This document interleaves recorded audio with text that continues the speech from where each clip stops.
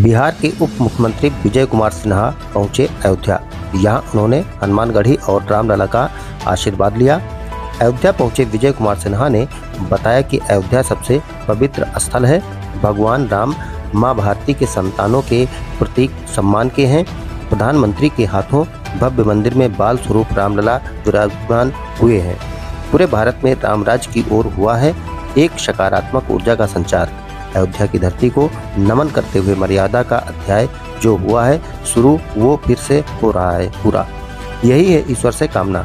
हरियाणा की जीत ने हनुमान जी के आशीर्वाद से देश में बना है एक नया उत्साह का वातावरण। कांग्रेस पर किया कटाक्ष।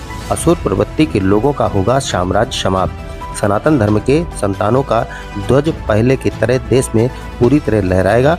सनातन संस्कृति और संस्कार पर हमला वही करते हैं जो है असुर प्रवृत्ति के। भगवान राम और हनुमान जी असुरों की लंका को करते हैं दहन। रावण रूपी विचारधारा को करते हैं समाप्त। आसुरी विचारधारा पड़ रही है कमजोर। उसके समापन का आ चुका है समय। बिहार की विधानसभा का चुनाव होगा अपने समय पर। भारत के मान सम्मान के लिए देश के प्रधानमंत्री हैं समर्पित। देश पूरी तरह से है उत्साहित, जिसका असर दिखा हरियाणा में। इंडी गठबंधन पर बोला हमला। इंडी गठबंधन परिवारवादी जमींदारी बढ़ाने वालों की है जमात। जनता की गाढ़ी कमाई लूटकर भ्रष्टाचार की अकूत संपत्ति को बचाने के लिए है बना इंडी गठबंधन। एनडीए बीजेपी गठबंधन को बताया हनुमान। भारतीय जनता पार्टी एनडीए गठबंधन के लोगों से डर गया इंडी गठबंधन। इंडी गठबंधन की लंका जलना है तय। बिहार की राजनीति मर्यादा, बिहार के संस्कृति संस्कार विरासत, देश के मान सम्मान स्वाभिमान को है बढ़ाता। बिहार में इसकी शुरुआत हो चुकी है। आज धार्मिक यात्रा किस तरह आज देखिए, माँ भारती के सनातन के संतानों का सबसे पवित्र तीर्थ स्थल अयोध्या है, जहाँ भगवान राम पूरे माँ भारती के संतानों के मर्यादा सम्मान स्वाभिमान के प्रतीक हैं। और उनके दर्शन करने देश के माननीय प्रधानमंत्री नरेंद्र मोदी जी द्वारा जो नए मंदिर का प्रतिष्ठापना किया गया और जिस तरह से बाल स्वरूप में भगवान राम आज विराजे हैं, पूरे भारत के अंदर राम राज्य की ओर एक सकारात्मक ऊर्जा का संचार हुआ है।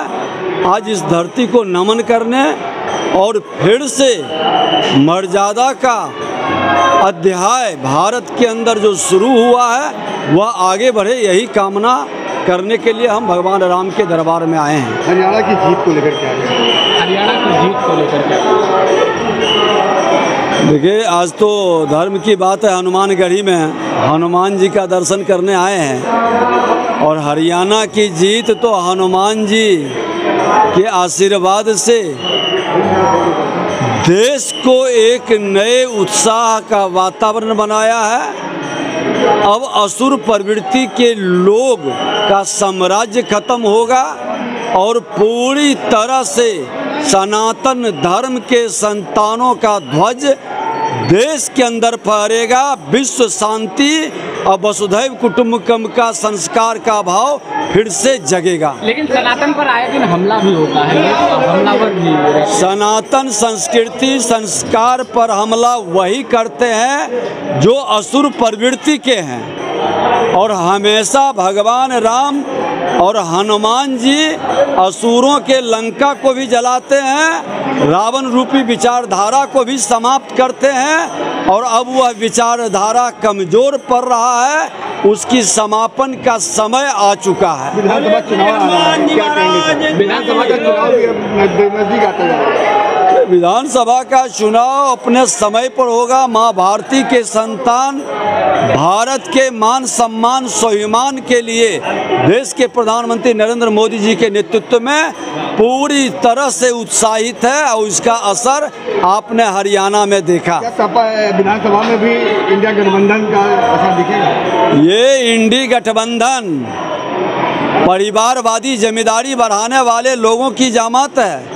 ये जनता की गाढ़ी कमाई लूटकर भ्रष्टाचार की अकूत संपत्ति को बचाने के लिए जो भारतीय जनता पार्टी एनडीए गठबंधन के लोग हैं, उसके हनुमान से डर गया एनडीए गठबंधन और उसकी लंका जलना तय है, कोई रोक नहीं पाएगा। बिहार के लोगों को क्या संदेश आज हनुमानगढ़ी से देना चाहिए? बिहार के राजनीति मर्यादा, बिहार के संस्कृति, संस्कार, विरासत देश के मान सम्मान स्वाभिमान को बढ़ाता है और बिहार में अब इसकी शुरुआत होगी। लेकिन बाढ़ से ग्रसित है, बाढ़ से त्राहिमाम है बिहार। प्रकृति से लड़कर ही हम लोग आगे बढ़े हैं और बिहार लोकतंत्र की जननी की भूमि है। हर विपदा से बाहर निकलकर देश के मान सम्मान स्वाभिमान को बढ़ाया है।